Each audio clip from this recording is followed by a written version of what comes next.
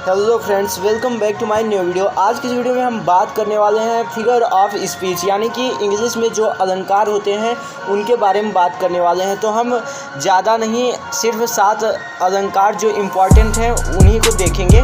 तो सबसे पहले जान लेते हैं कि फिगर ऑफ स्पीच क्या है।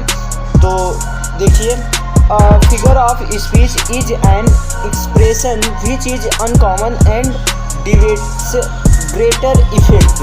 ये ऐसा भाव होता है जो सामान्य नहीं होता और उत्पन्न कर देता है, जो अत्यधिक भाव उत्पन्न कर देता है। और फिगर ऑफ स्पीच ये एक ऐसा भाव, अलंकार एक ऐसा भाव होता है जो सामान्य नहीं, एन एक्सप्रेशन जो सामान्य नहीं होता है, और which is uncommon and deviate greaters effect. इसमें होता है उत्पन्न करना या जन्म देना।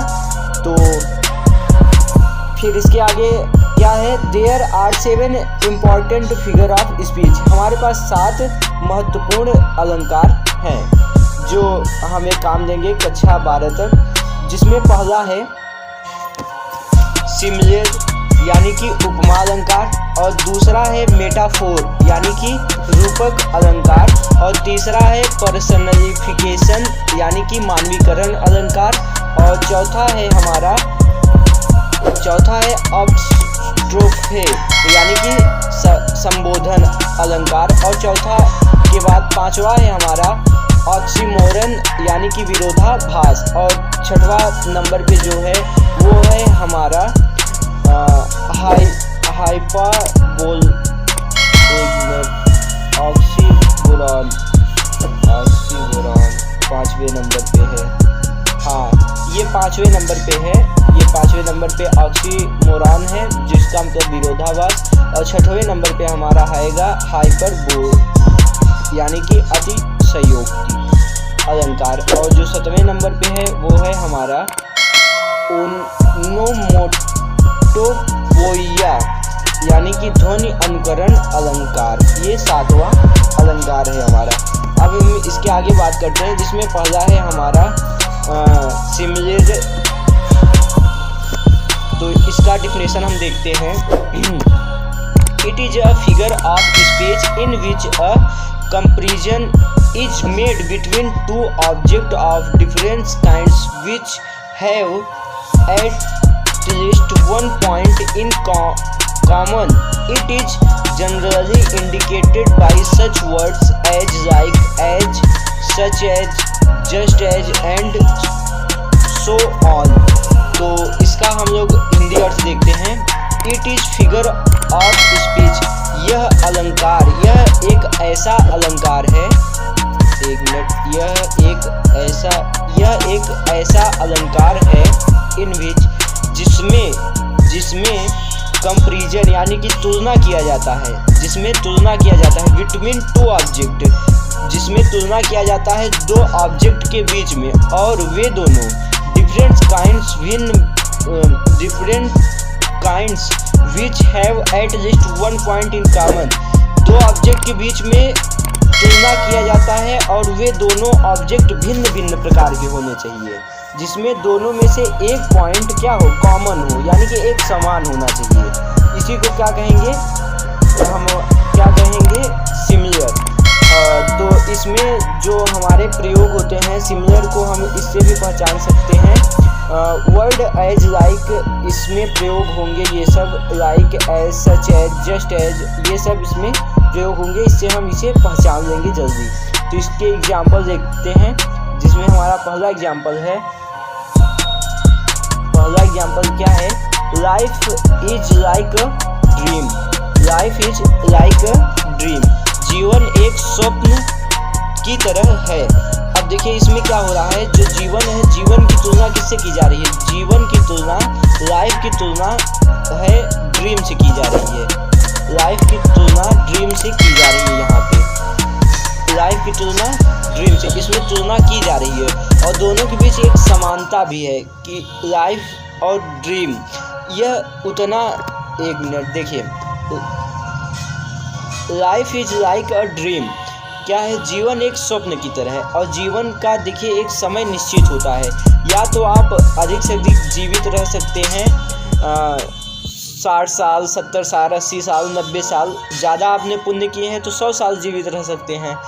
और ड्रीम जो होता है स्वप्न, उसमें भी एक समय होता है। आप अधिक से अधिक कितने देर तक स्वप्न देख सकते हैं? 10 मिनट या फिर 1 घंटे, वो स्वप्न भी टूट जाते हैं। तो इसमें जो हमारा क्या है, दोनों के बीच एक समानता क्या है, वो है टाइमिंग की। जो टाइम है वो दोनों में समानता दिखा रहा है। और दूसरा जो हमारा ऑप्शन है वो क्या है, she is as fresh as dew. अब इसमें देखिए, she is as fresh as dew, दोनों के बीच एक समानता है। यह उतनी ही फ्रेश है जितनी ओस की बूंदे, यानी कि सी की तुलना किससे की जा रही है? ड्यू से। यह इतनी फ्रेश है जितनी कि ओस की बूंदे, तो सी की तुलना किससे की जा रही है? ड्यू से। और दोनों में जो एक सिमिलरिटी है, यानी कि जो कॉमन चीज़ है वो है फ्रेश। दोनों क्या हैं? फ्रेश हैं। तो ये हमको लगता है जहाँ तक ये सिमिलरली हम लोगों को समझ में आ गया होगा। अब हम लोग दूसरा देखते हैं जो कि है हमारा मेटाफर। मेटाफर देखिए, ये है हमारा मेटाफर। इसको शुरू करते हैं।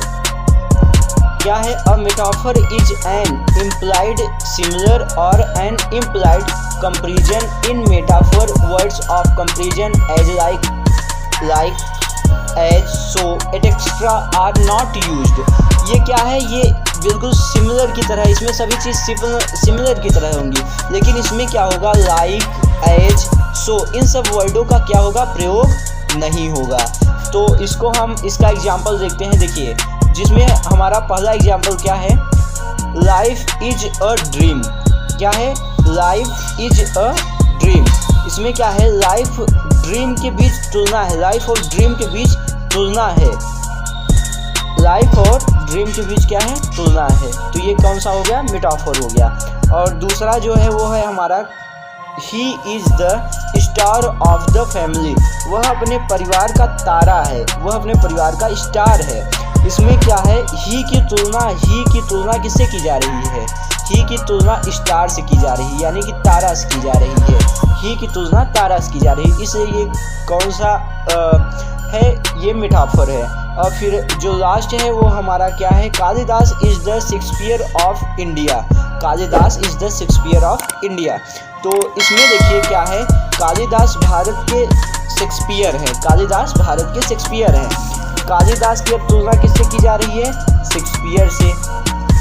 इसमें तुलना की जा रही है। और दोनों क्या थे? एक महान लेखक थे। उन्होंने कुछ न कुछ वो इंग्लिश के थे और ये संस्कृत के थे। तो ये आपको हमारे ख्याल से मेटाफर समझ में आ गया होगा। अगर आपने अभी तक हमारे चैनल को सब्सक्राइब नहीं किया तो चैनल को तुरंत सब्सक्राइब कर दें और दोस्तों के साथ ज़रूर शेयर करें, जिससे वो लोग भी इसे देख सकें। और अगर वीडियो को अभी तक लाइक नहीं किया तो वीडियो को लाइक कर दें। और कमेंट में आपको जो भी समस्याएं हो रही है कमेंट में आप पूछ सकते हैं। तो देखिए, तीसरे नंबर पे जो है हमारा वो क्या है? पर्सोनिफिकेशन। पर्सोनिफिकेशन ये है हमारा तीसरे नंबर पे। तो इसकी हिंदी आप जान लेते हैं। इसकी हिंदी होती है मानवीयकरण। इसकी हिंदी क्या होती है? मानवीयकरण। इसकी हिंदी होती है मानवीयकरण। तो अब इसकी डिफिनीशन देखते हैं क्या है? In this figure of speech lifeless object और abstract ideas are treated as if they were human beings. तो अब इसको हम लोग देखते हैं। इन दिस फिगर ऑफ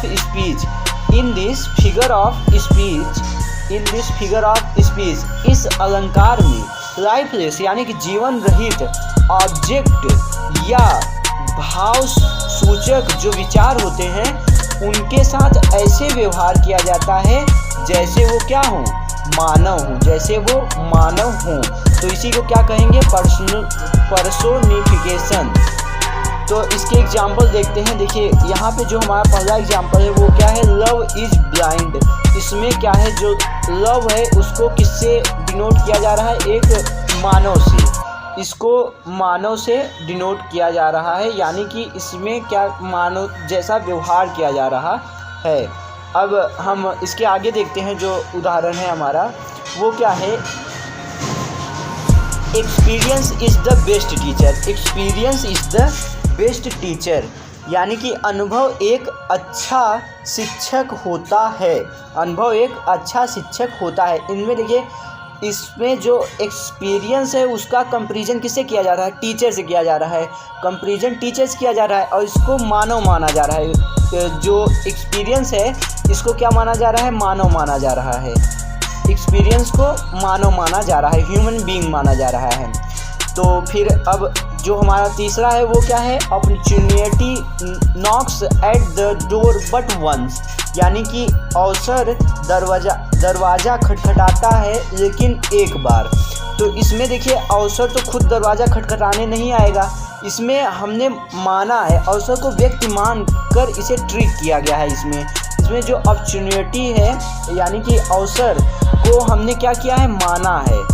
तो अब अवसर खुद तो दरवाज़ा खटखटाने आएगा नहीं, इस प्रकार से ये हमारा समाप्त हुआ। अब इसके आगे जो है वो है हमारा एपोस्ट्रॉफी, यानी कि इसका जो मतलब होता है वो होता है संबोधन। संबोधन होता है। तो देखिए, इसको हम देखते हैं क्या है। It is a figure of speech whose fourth line in addressing a dead person on animal, a thing or abstract quality or ideas as if it were alive, present and capable for understanding। ये जो हमारा है apostrophe है, इसमें आपको ज़्यादा कुछ नहीं समझना है। आपको इसमें यह समझना है कि इसमें किसी डेथ पर्सन एनिमल, इसमें किसी डेथ पर्सन एनिमल या फिर थिंग को संबोधित किया जाता है इस प्रकार मान के कि वो जिंदा है। जो डेथ है उसको इस प्रकार से संबोधित किया जाता है कि वो जिंदा है, इसी को एपोस्ट्रॉफी कहेंगे। तो इसको एग्जाम्पल देते हैं तो आपको समझ में आ जाएगा। तो देखिए, इसका पहला जो एग्जाम्पल है वो है oh death where is the thing. तो इसका मतलब देखिए, ओ डेथ यानी कि ओ मृत्यु, तुम्हारा दुख दर्द पीड़ा कहाँ है?